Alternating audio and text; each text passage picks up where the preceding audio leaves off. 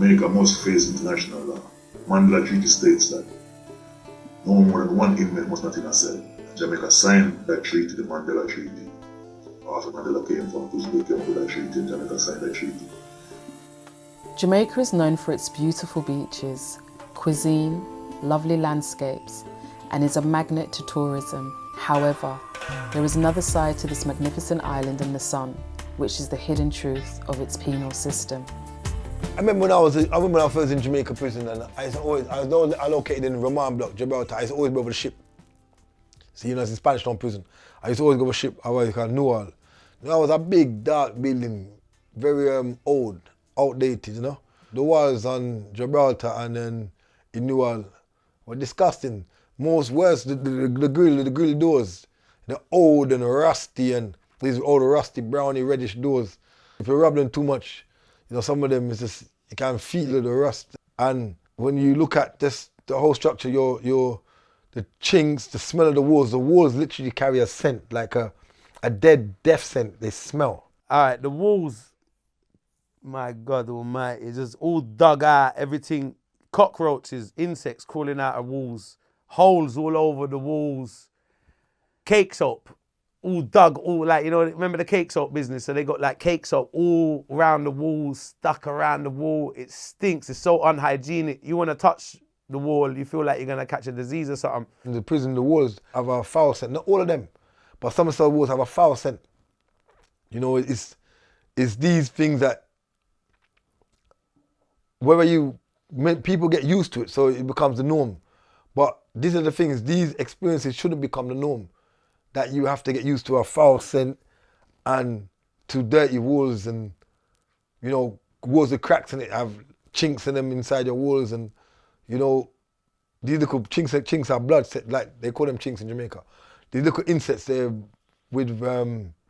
bite you, and you got like blood comes out with, they bite you, they're like a whitey colour, but the more people they bite, they can brown, and they get like a red, but a reddy brown tone, because there's still blood in them. I've seen better dog kennels than the prison cells in Jamaica, to be honest with you. It was one of the most shocking things when I actually saw the cell, because you got like 4 to 5 people in a very similar to a small council flat toilet, whereby if you take the bath and the toilet out, I think it's similar to that kind of size.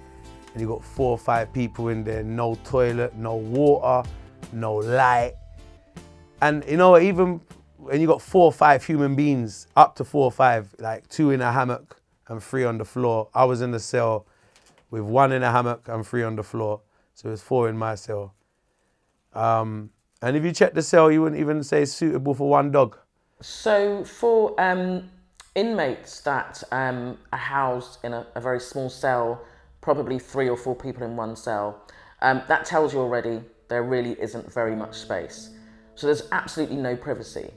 Then of course there's all the different relationships and the different constructs of all of those individuals that are in that 1 cell. They might be in there for different reasons, and so one might not understand the reason the other person is in there. People might have their own views about the different crimes that people have committed, albeit they've committed a crime themselves. If there's no privacy and there's no space, there's anxiety, and it's about how do these 3 or 4 individuals remain in this confined space. Worse if you're claustrophobic. If you then are in this confined space, you don't even have personal space. So even outside of prison, people don't always like people to be within their personal space. But if you're in this small space, you have no options, you have no choice. You have no freedom to think and move and spend time on your own. Even the elderly men are sleeping on floors. I mean, that again is an inhumane act. That elderly men, 50, 55, 60, 65, are sleeping on floors. Where's the reality of the Mandela rules in that when you have an old man sleeping on the floor? My block, South Block, is about 400-500 people on my section. And I looked over my first day there, and there's about 4 to 6 toilets. There's one particular toilet area where they empty out the piss scale in the morning. So it's about 3-4 sinks. And I woke up and I saw 400 people queuing up with 2-litre bottles of piss in their hand, 8 o'clock in the morning. First thing, I've just woke up, queuing up, emptying out piss, hot steamy piss out of a bottle. It smells like some kind of science. Like it smells like some sort of chemistry class or something like that. It's ridiculous. You never smelled nothing like it in your life. 400 to 500 angry prisoners, mixed life sentences, short sentences, like all different types of people. First thing in the morning, I've never seen anything like it. It's like, that's suicide. People designed there, that's why the whole prison's designed for them to kill each other. You know, it's traumatizing. Whether people acknowledge it or not, or don't even realize it, and that's the dangerous thing about when they don't even realize how traumatized we are. Because the inmates don't realize that. They're so angry and bitter against each other. Because when you think about it, you got on remand block, I was on GB3, GB4, I was on GB3, you got GB3 and GB4. GB remand block is Gibraltar. See, Gibraltar block. And there's like 300 of us on the block, and we've got 4 outside toilets. Like I said, no toilet in the cell. So you got a shit in a bag and piss in a bottle. 4 toilets outside, some nasty toilet, not even proper toilet with no toilet seat and a bowl, is something where some old, outdated, some like a hole, like a well. But it's not a big well, it's just like a hole. And you're shitting at that. The toilet situation was even more crazy. Where like the toilet, you got to squat. There is no toilets. It's a hole in the fucking in the floor.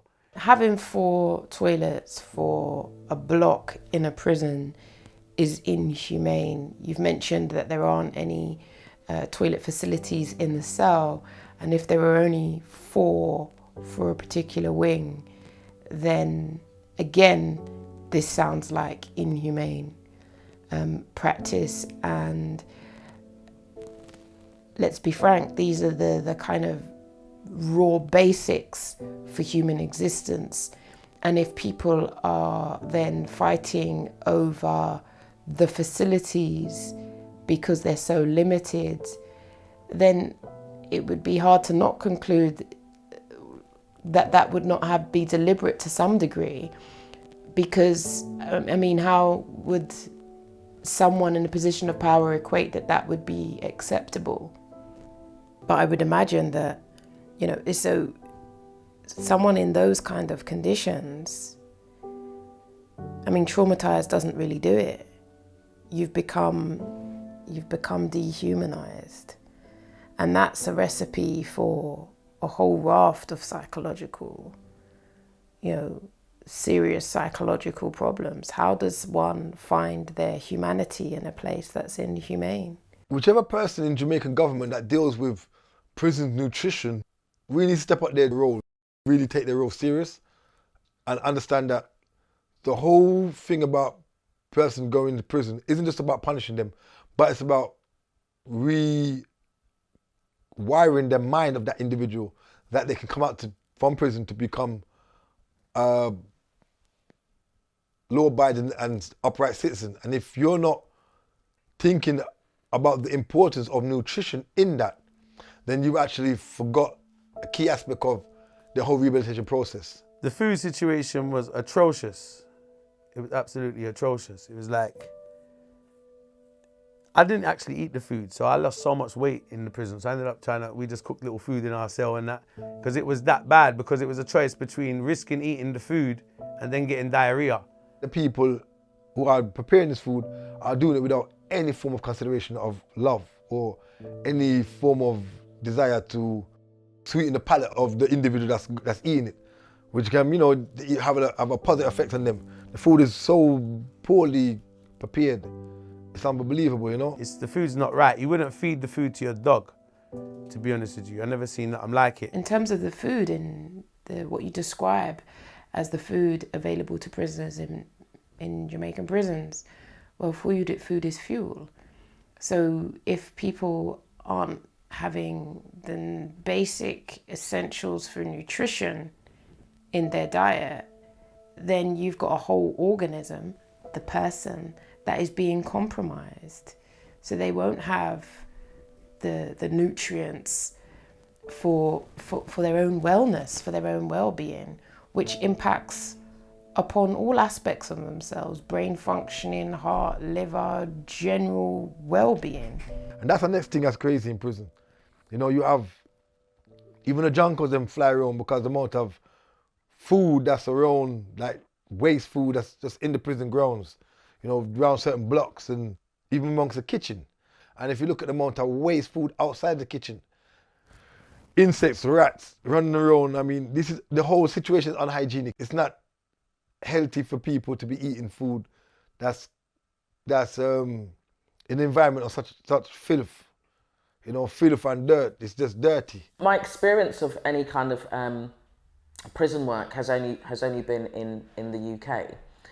But thinking about an environment, whether in the UK or more so outside of the UK, where I've heard that it's rat infested, there are animals living there, the bins aren't emptied, the walls are dirty, the floors are dirty, there's mosquitoes and insect bites. It's an awful situation to be surrounded by a place that is filled with filth. You're going to feel degrading. It's going to have an impact on your kind of self-worth. You're not going to feel important. You're not going to feel worthy.